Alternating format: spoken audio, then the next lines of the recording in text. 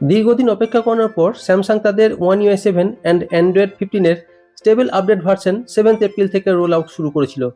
কিন্তু আজকে একটা ব্যাড নিউজ না দিয়েই পারছি না, সেটা হচ্ছে ওয়ান UI 7 অ্যান্ড অ্যান্ড্রয়েড 15 এই মুহূর্তে ইন্ডিয়াতে রোল আউট স্টার্ট হচ্ছে না, এবং ফাইনালি কবে থেকে স্টার্ট হবে তার কোনো শিওর ডেটও এখনও স্যামসাংয়ের তরফ থেকে অ্যানাউন্স করা হয়নি।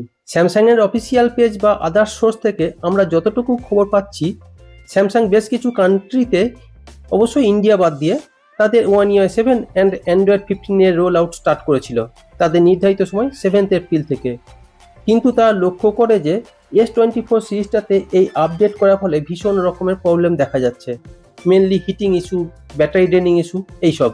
এবং এই ব্যাপারটা ঘটে কোরিয়াতে, এবং তাদের দেশে এই ব্যাপারটাই খুব শোরগোল শুরু হওয়ার পর স্যামসাং তাদের এই আপডেট প্রসেসটাকে স্টপ করে দেয়, এবং স্যামসাংয়ের তরফ থেকে জানানো হয়েছে তারা আবারও এই বাগটা ফিক্স করার জন্য কাজ করে যাবে যতদিন না পর্যন্ত তারা এটা তাদের স্টেবল ভার্সন নিয়ে আসতে পারছে। এবং স্যামসাংয়ের তরফ থেকে আরও জানানো হচ্ছে যে তারা তাদের ইউজারদের ধৈর্য ধরে অপেক্ষা করতে বলছে যতদিন না তারা এটা ফাইনালাইজ করতে পারছে। এই ব্যাপারে আপনাদের কি মতামত অবশ্যই কমেন্টস করে জানাবেন।